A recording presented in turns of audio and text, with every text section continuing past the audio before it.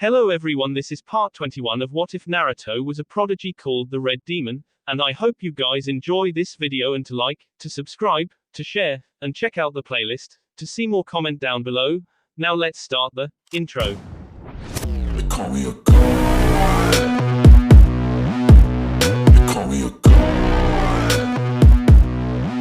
They call me a god. Join my membership, the perks are great. It's in the description. Be sure to like and subscribe, it gives me more motivation. Enjoy. Mei had gotten better at using her eye, Naruto realized. The woman pushed down Naruto's knee to her stomach, stepped away from an elbow and raised her forearms to her face to block a back fist, pushing the blocked blow away and ducking from another fist to her face. All the while, the teasing smirk plastered on her face only lifted.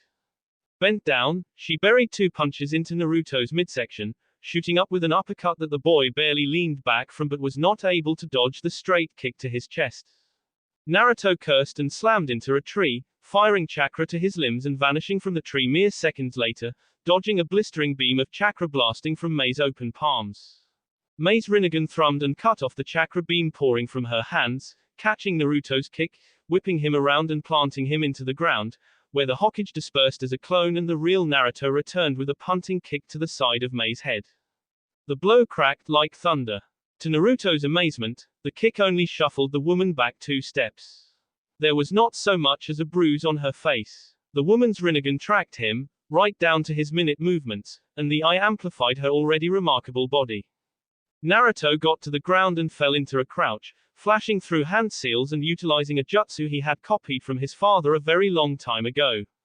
Earth style, swamp of the underworld.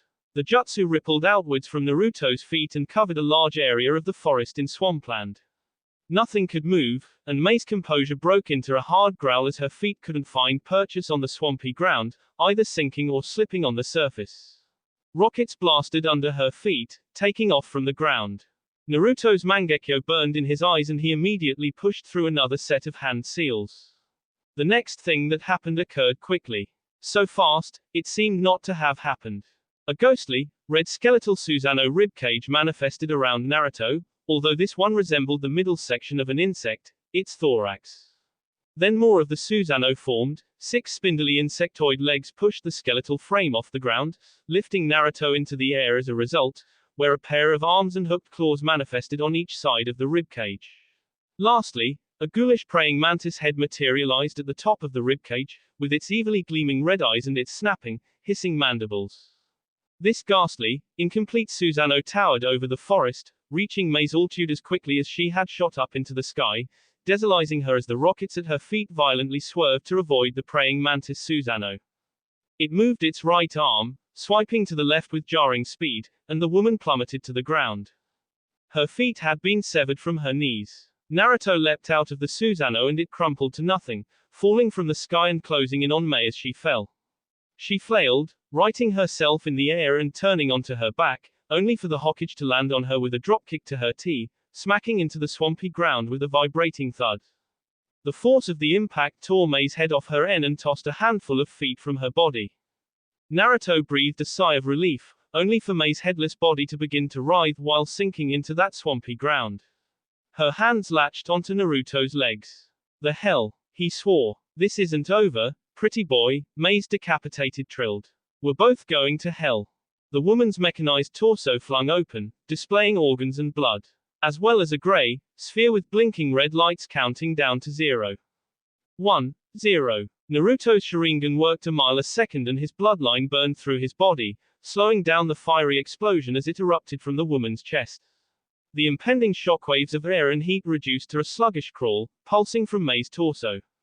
Red mist ebbed from the boy's pores as his movements broke the sound barrier. The Hokage whipped out a ninjato from a seal on his wrist and cut Mei's hands from his ankles, plunging the blade into the exploding device, all in one smooth motion. At that point, Naruto was a red fog. His chilling Mangekyo hung where his eyes were supposed to be, whirling hypnotically down at the suppressed explosion. A skeletal thorax formed around the blast, and the flow of time continued. Not a lick of fire or shockwave escaped the Susanoo, and the bonfire of red illuminated the forest as the sun set over the horizon. The red demon loomed over Mei's head, his body being made entirely of hatefully red mist. The mist gathered back together, forming Naruto's body. His emotionless expression regarded the woman as she paled, her mouth hanging open in sheer horror at what she had just witnessed. He lifted his leg and brought it down on Mei's head, sing clean through and king the woman.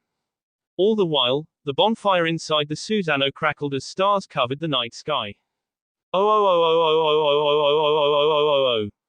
An impromptu wide berth was formed to give the mother and daughter space to fight. Meanwhile, the calamity of bloodshed and death waged around the pair as they performed a synchrony of blades and blows. The pair were a hypnotic flurry of motion, dizzying to watch their instinctive actions. Gripping their swords with both hands, Rin and Kushina brought their blades together, same had a meeting Kushina's katana, and were pushed back by the pressure of the collision, shooting back together a split second later and slamming their blades together twice more, stepping to the right and intercepting sideways hacks.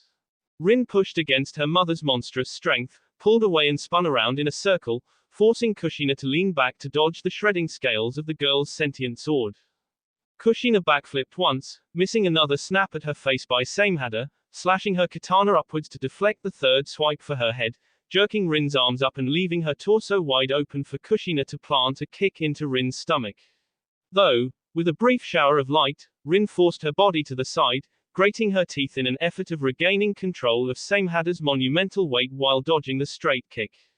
With a mental command, the shrieking sword grew to 8 times its normal size and Rin set it down on her mother, eliciting harsh tremors to rock the island nation, distracting more than a few other combatants as they warred around them.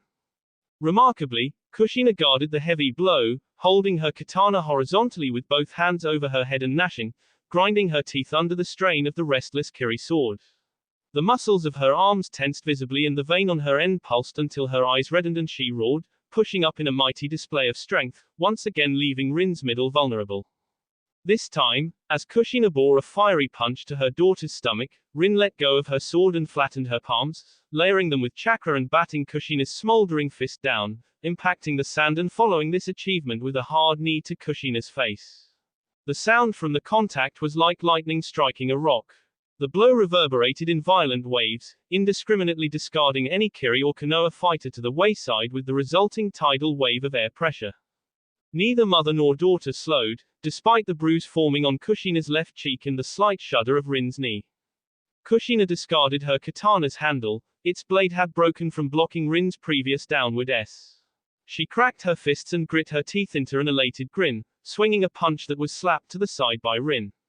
The girl ducked under an elbow and slid to her mother's other side, catching Samehada as the sword finally fell and holding it across her body, blocking Kushina's high kick to her chin. The scales flailed and Rin fought to hold her position against the attack. The soreness in her arms was getting more and more evident. Holding Samehada and fighting with it was a different, lesser strain than using her sword against her mother, Rin admitted in her mind. "I'm letting go," Rin hissed to her sword, and Samehada thrashed. It wriggled from Rin's hand and Kushina backtracked several steps from the erratic sword. A row of teeth opened at its tip and a pointed tongue curled out, lapping at its non-existent lips. Writhing on the sandy beach, the sword resembled a purple snake, spitting madly in Kushina's direction but never venturing further than a single pace from its wielder, who heaved and panted with slumped shoulders, standing with a slouch and warily watching her mother. "You're way better than the stories Dad tells us." Despite her wild appearance, Kushina smirked. "You're not so bad yourself." Her purple eyes wandered down Rin's haggard appearance, to Rin's lower abdomen. There was a deep cut in the Junin vest, where Tobirama had plunged his sword into Rin's back. The medic had said that a kidney or her womb could have been affected by the S. Either way, Rin knew something was amiss in her body, but she would rather power through and follow her brother to war than helplessly stay in Konoha. Still, the sachets had torn and the wound bled freely, staining Rin's vest once again. "That looks painful." PSH. Rin scoffed, rolling her shoulders and grinning cheekily. "I've had periods more painful than this. I'm fine." Kushina spat out a laugh, forgetting herself and where they were, tumbling back into a flushed laugh. Rin smiled proudly. "God, Rin," Kushina chuckled, pinching the bridge of her nose and shaking her head. The calamity around them continued, not noticing the light-hearted atmosphere between mother and daughter. The tide seemed to be in favor of the Konoha ninjas, who were slashing and putting aside the Kiri ninjas, either confirming enemy ninjas laying on the beach were S or overcoming Kiri stragglers with sheer numbers. The Kiri ninjas had initially been more in number than their Konoha counterparts, but they rushed in with thoughtless and reckless abandon, not caring if they lived or died. The Konoha ninjas began to take stock of their S and injured. They worked under the cover of the starlit sky. Some moved diligently, helping the injured and moving them off the red-stained sand, and some wept inconsolably over S bodies. You know this isn't over, right? Kushina remarked in an offhand way. That kid that reincarnated me is still pushing me to fight. As she spoke, Kushina settled into a taijutsu stance and Rin's head flopped forward, tired. You did great, honey, but I need you to try again, okay? Remember, go for the head. You can do it. Kushina faltered. She blinked once. An unfamiliar sensation vibrated through her head, lasting less than a second but somehow imprinting in her mind. Her brow furrowed and she flicked her eyes to her right, spotting a fog of red gathering there in the vague shape of a human with a sharp ninjato pointed down at its side. Its red stare held the mystified woman captive, only for a second. The woman stayed in her fighting position, frozen and still unable to come to terms with what had happened. The red mist collected together, compacting at an easy pace, first the hand holding the ninjato solidified back to a pale complexion, rippling up the arm and forming Naruto's shoulders, descending the torso and up the N, compressing to form Naruto's body and legs, as well as his head and face. Naruto's impassive eyes turned down apologetically and his expression became slanted. Sorry about that. Half of Kushina's head, from the right side of her temple to the left side of her chin, slightly slid off her end, but it didn't fall onto the ground. Rather, it hung there, misaligned and asymmetrical. Brr, the woman stammered, realizing she couldn't form proper words and that she couldn't breathe properly. Huh. Kushina wasn't used to being decapitation, as outlandish as that sounded. It was an odd, empty sensation. As if she wasn't in her body, but rather looking down on herself from a high perch. The sharp click of Naruto's ninjato as he sheathed it brought her back to the present, and half of Kushina's head slid off her N. On the Kiri ship commandeered by Konoha reinforcements, Itachi watched the battle from afar. He and his appointed subordinates held back orders to charge onto the Uzumaki beach. Itachi's hands curled into a fist and relaxed, curling again and relaxing, repeating this action as the tenseness of not participating in the fray rattled through his chest. He was a pacifist, and would always be a pacifist, but there were still many things Itachi was ready to fight and die for. His village, his family, and his friends. It was a sentiment he had learned from his cousin and rival, Naruto. The Uchiha felt a twitch in his right eye when he realized he had acknowledged Naruto as his rival. Then Itachi felt a steady calm wash over him and his fists opened, releasing a cool breath despite the clamor of warfare some dozens of kilometers from the ship, on the island nation's beach. Before their 5th birthday, Itachi and Naruto clashed more times than they could count, entering childish scraps and scrapes for seemingly no reason. Naruto's chipper attitude and positive inclinations boiled Itachi to his very core, and the pacifist always felt a violent spark in his chest whenever his eyes set on his cousin, a boy who had a sister that loved him, parents that adored him, and relatives that showered him with praise. Itachi's parents weren't on the best terms for years since Itachi was born, and the Uchiha clan, though simmering down due to the appointment of their Namikaze cousin to the position of Hokage, were too stuck in their ways to fully cooperate with the village. Itachi always woke up in a frigid house to parents that ignored each other, somehow never noticing their child for long enough to properly raise him. It was a mystery how they could tolerate themselves for Sasuke to be conceived. Things weren't going well for Itachi, and the opposite was the case for Naruto, and Itachi hated him for that. Then Sasuke was born, the Kyuubi attacked and Kushina Uzumaki died. Itachi watched his cousin self-destruct. Rin kept the pieces of her brother and father together, all by herself, but life still leaked out from the cracks in Naruto's being and loathing overcame Minato. He saw how much Naruto loved his family, and summarily how hard Naruto bloodied himself to become better to protect them. The sunny boy was replaced by a hateful shadow. Things turned around for Itachi's parents after Sasuke was born, finding love for their family and their clan. The clan recognized Itachi's efforts in protecting the clan compound and his brother during the Kyuubi attack. The Uchiha clan realized their increased role in rebuilding the village after the attack and dove headfirst into it. Itachi didn't have the will to be jealous of Naruto anymore. He and his cousin finally made up when they became genin. His train of thought halted when he felt a prickle at the back of his N. Standing at the bow of the ship, Itachi's face scrunched up and his Sharingan activated, peering into the distance at Whirlpool Country. The air around the island vibrated for a moment, and then a translucent shell ascended from the shores of the island, rising and curving hundreds of kilometers till it formed a dome. The ravenous battle occurring continued uninterrupted and the dome shimmered invisible. Itachi cursed, his eyes wide at what he had just witnessed. He took out a two-way radio from his Junin vest and pressed a button at the side, speaking into it. Naruto, they've boxed you in. What are your orders? His only response was vacant static. Oh. Bunker 0. Konoha. The underground medical room was still, except for the shallow breathing of the Hokage, blissfully unaware of the chaos taking place above ground and around the village. The man was laid flat on the bed, life-sustaining tubes and wires had been pushed into his wrists and chest, plying him with medicine to slow down the rapid erosion of Yagura's poison. It was a more sly concoction than the one used on Naruto. The same precautions used on Naruto were also used on the teen's father. They put him into a coma and took care of him until soon it finished finding a cure in the nearby laboratory. Minato's heart monitor beeped slowly. The brown, dreary room was vacant except for two civilian nurses. The male counterpart busied himself with arranging the Hokage's blankets and the other watched the television hanging on the wall before the bed. Televisions were an essential item Minato had ordered to be installed in all of Konoha's bunkers to serve as a distraction to the frightened citizens. The channel the lady was watching was Fire Country's news station. The newscaster, a man with dark hair, pink eyes, and wearing a fitting blazer, reported to the camera the current state of the war.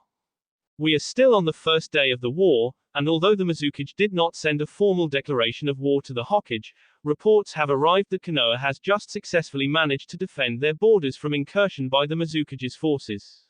Konoha's Lord Ambassador to the Fire Capital had this to say. A video of Konoha's ambassador to the Fire Capital played on the screen, showing a portly woman with pink hair, bright green eyes and in a red and black kimono, dabbing her brow of sweat with a handkerchief and waving for the reporters that had swarmed her office door to calm down.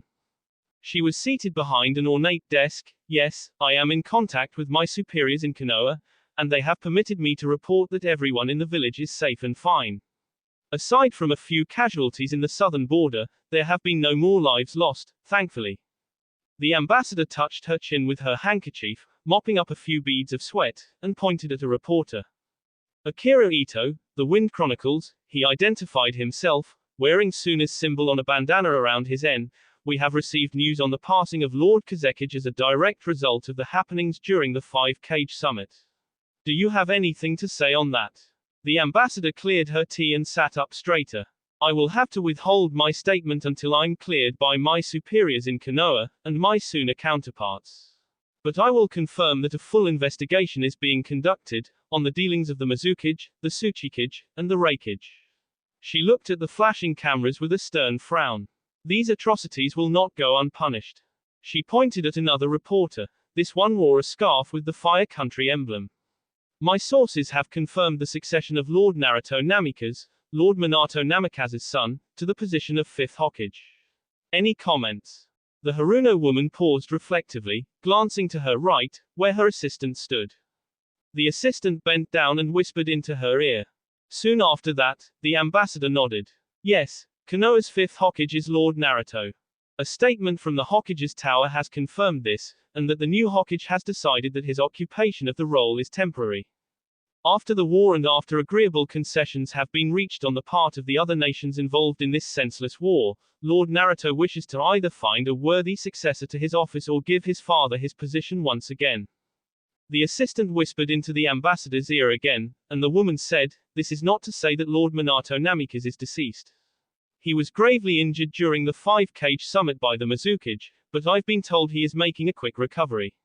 Last question, she said, nodding to a reporter brazenly showing her affiliation with Hidden Rock Village. You. There was a momentary hush that spread in the office as the reporter cleared her tea, flicking an uncaring eye to everyone around her as the snapping of cameras turned onto her. She tapped her notepad with her pencil and said, where are Konoha's allies? She simply asked. From all indications, Konoha is fighting alone. The ambassador's lips tightened into a straight line, staring at the unnervingly cool Iwa reporter. There was another pause, this one tenser than the last, before Konoha's esteemed representative answered, "They're on their way as we speak." The assistant stepped to the front of the ambassador's desk and waved her arms, shouting over the din of yelled questions and snapping cameras, "No more questions." The broadcast returned to the newscaster, and the man released a slow breath, saying, "Stay tuned as we bring you the latest updates on the war." The television chimed with the outro of the news station and the female nurse rubbed her hands down her face. "This is depressing." "Then change it," the other nurse said, checking the IV drip connected to the fourth Hokage's left wrist. "We're going through enough as it is. We don't need anything else bringing us down." There was a knock on the door, then it opened. Hana Inuzuka walked into the medical room and the two nurses snapped to their feet, standing at attention at the senior medic's arrival. She was the Hokage's medic and confidant. After all, for someone in her early 20s, it was a position that deserved respect. The medic took out a pen from a pocket of her Junin vest, reaching the foot of the Hokage's bed and taking out a clipboard from there, scanning it with her eyes as she idly clicked the end of her pen. She murmured to the rigid nurses, who used this valued treatment by other medical staff. "How is he?" "Slay," the male nurse promptly answered. "Nothing to report, ma'am." "Is he responding to any of the medication?" There was a delay, where Hana looked up from the clipboard and raised an eyebrow at the nurse that had spoken, looking at the other nurse for an answer. The woman bowed her head. "No, ma'am." Hana sniffed once, turning her eyes back to the clipboard. "Ma'am," the male nurse called, standing with a stiff back and speaking in a hesitant tone, "has Lady Tsunade found a cure?" "She's close." Hana placed the clipboard back at the foot of Minato's bed, tucking her pen into her pocket and crossing her arms, staring at the Hokage with a slim frown. "The nerve agent they used on Lord Minato is something that isn't even written in Orochimaru's notes, so it's taking longer than I'm comfortable to admit." The man looked so frail, so weak, so tired. It was an image none of them were used to seeing. Hana was brought out of her musings with a jolt as she felt the air shift. The hairs at the back of her arm prickled and a shallow growl rose from her gut, gnashing her teeth and snarling with slightly visible fangs. "Don't leave this room," she ordered and sped out of the room in a blur. The Heimaru triplets dashed in her wake as she barreled down the hallway, racing up several flights of stairs and clambering up a ladder. She burst out of a manhole in the evacuated Aberrane clan compound, immediately dashing to her right and running up the front of 2 stories residential apartment, pulling out a small pair of binoculars from her Junin vest and peering through into the sky. There, hovering hundreds of kilometers in the sky and above Konoha's Fuinjutsu barrier, were 2 people, both wearing plain brown robes. One had wings made of paper and the other possessed a pair of ringed purple eyes, staring down at the hidden leaf village with unbridled rage. "This is the end, Konoha." The one with the ringed eyes spread his arms wide and proclaimed to the heavens the jutsu that spelled doom for all life in the hidden leaf village. Planetary devastation. That will be all for this video. Be sure to like, subscribe, share, and comment down below for more videos. Goodbye.